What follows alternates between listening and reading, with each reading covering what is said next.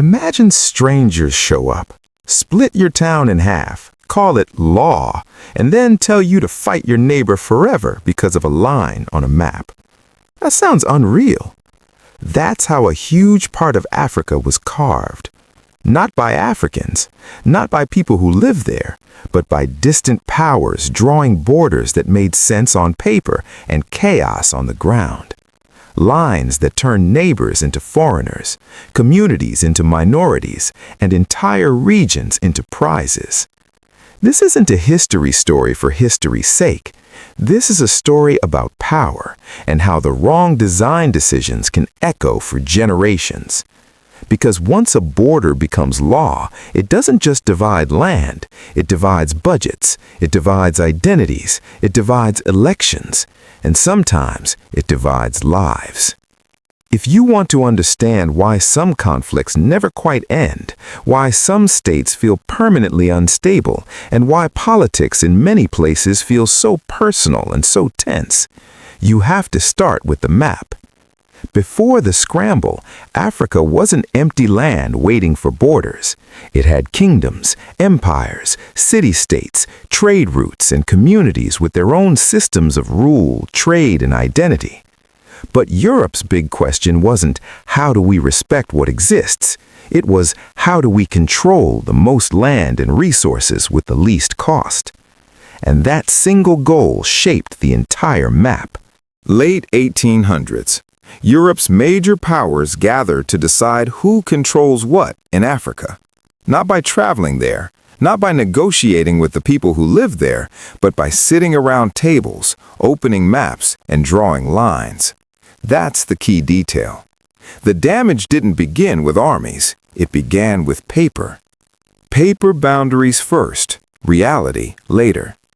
A river becomes a border. A straight line becomes a country. A pencil stroke becomes a future. And when you draw first and understand later, the consequences don't fade, they harden. They turn into law, into borders, into institutions. Because the next step is obvious. Whoever draws the line decides what country even means. Now picture a ruler on a map. Straight lines, neat angles, perfect geometry. On the ground, those lines do something very different. They split communities across different states. They turn one ethnic group into 3 minorities. They force rivals, old enemies, and competing kingdoms into one flag.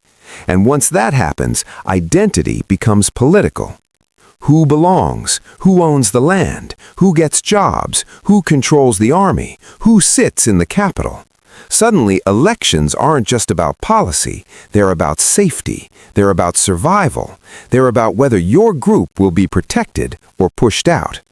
And once identity becomes a fight over state power, every election becomes a referendum on survival. Colonial economies weren't built to connect countries internally. They were built like pipelines, resource zone to rail or road to port to Europe. Mines didn't connect to cities, farms didn't connect to markets, regions didn't connect to each other. They connected outward. The goal wasn't development, it was extraction. So railways pointed to the coast, ports pointed to foreign markets, and whole regions were organized around what they could ship, not what they could build. Which means when independence came, the new states didn't inherit a balanced economy. They inherited a machine built to move wealth out. And when independence comes, the new state inherits that shape and inherits the inequality it creates. When many African countries gained independence, their leaders faced a brutal choice: redraw the borders and risk endless wars as every group fights for its own state, or keep the borders and try to build unity inside lines that were never meant to hold it. There was no clean option, only dangerous ones. So most new governments chose stability over perfection. They kept the colonial lines. Not because they were fair, not because they were logical, but because changing them felt even more dangerous. And from that moment, the map became permanent, even if it never made sense. What had been temporary administrative lines became national borders. What had been colonial convenience became constitutional reality. So the question quietly changed. It stopped being, why are the borders like this, and became, how do you govern a country that was never designed to be one? Fast forward to today, and you see the same pressure points again and again. Regions that feel ignored, groups that feel locked out, capitals treated like prize money, borderlands treated like afterthoughts. And the patterns are striking. Separatist movements often trace the old identity seams. Insurgencies tend to grow where governance is thin and the state feels distant.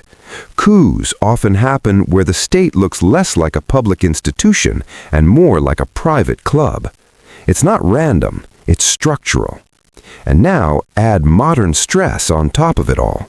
Population growth, climate pressure on land and water, commodity prices rising and falling. Every one of those forces pulls on the same weak points, and when pressure rises, the seams get pulled harder. Okay, here's the pattern. Call it the extraction map. It's not one bad decision, it's a system built in layers. First, borders were drawn for control and resources, not cohesion. They weren't meant to reflect nations, cultures, or shared identity. They were meant to make territory legible, taxable, and governable from far away. Second, those borders forced very different groups into the same political machine.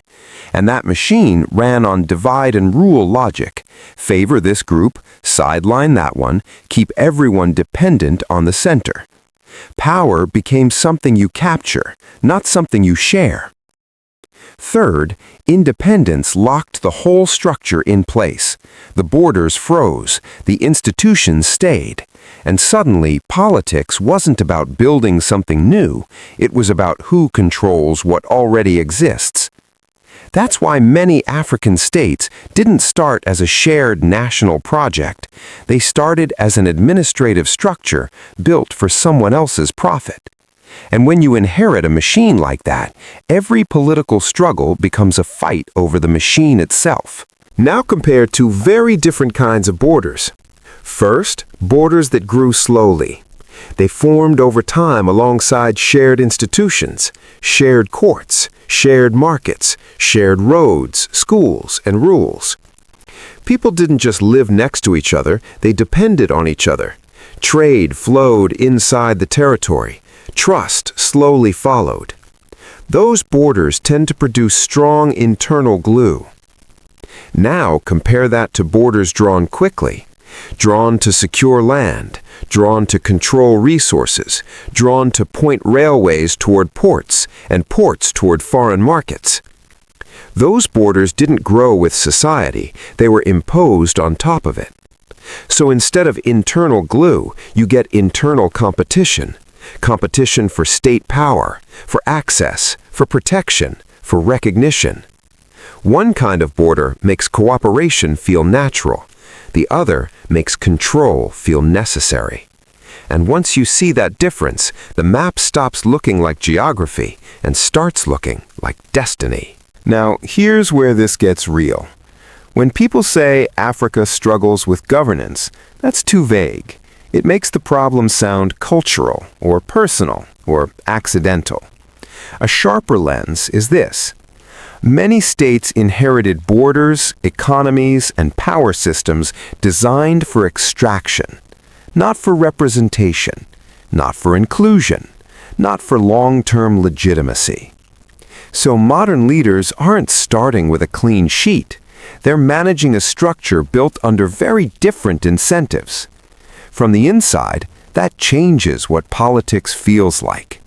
People don't just want services, they want fairness. They don't just want elections, they want safety and inclusion. They don't just want unity, they want dignity. They want to know the state belongs to them, not to a party, not to a region, not to a small elite. And until a political system feels fair, safe, and shared, every contest for power feels existential. not because people are irrational, but because history taught them that control over the state can mean the difference between being protected and being pushed aside. So what happens next? There are two possible futures pulling in opposite directions. In the first future, regional trade grows. Infrastructure starts connecting countries to each other, not just to ports. Institutions become stronger, fairer, and more predictable. And as that happens, borders matter less economically. Opportunity isn't locked behind the capital. Power isn't the only way to survive. Politics becomes less zero-sum. Winning doesn't mean someone else has to lose. In that future, the old seams don't disappear, but they stop being so dangerous. But there's another path. If governance stays weak while climate pressure increases, if land and water become scarcer, if prices swing and shocks keep hitting, then people don't run toward institutions, they run toward identity, toward tribe, toward region, toward whatever feels safest. And when that happens, the seams don't heal, they rip. The point isn't to reduce Africa to colonial history. It's to tell the truth about incentives, because systems shape behavior, maps shape systems, and once those systems are in place, they keep working long after the people who built them are gone. A map can outlive the people who drew it. And if the blueprint was built for extraction, rebuilding trust takes generations and deliberate design. It takes institutions that feel fair, economies that feel shared, politics that feel like cooperation, not conquest. Not because Africa is broken, but because the machine it inherited was built for something else. And the real work of the future isn't just growth, it's redesign. If you want to understand how history shapes power and how power reshapes nations, this story is just the beginning. Drop a comment below. Which leader or pivotal moment should I break down next? And if this added context to your understanding of today's world, hit that like button, subscribe, and share this with anyone curious about history, Africa, or the forces that built our modern era. And this is the world we inherited.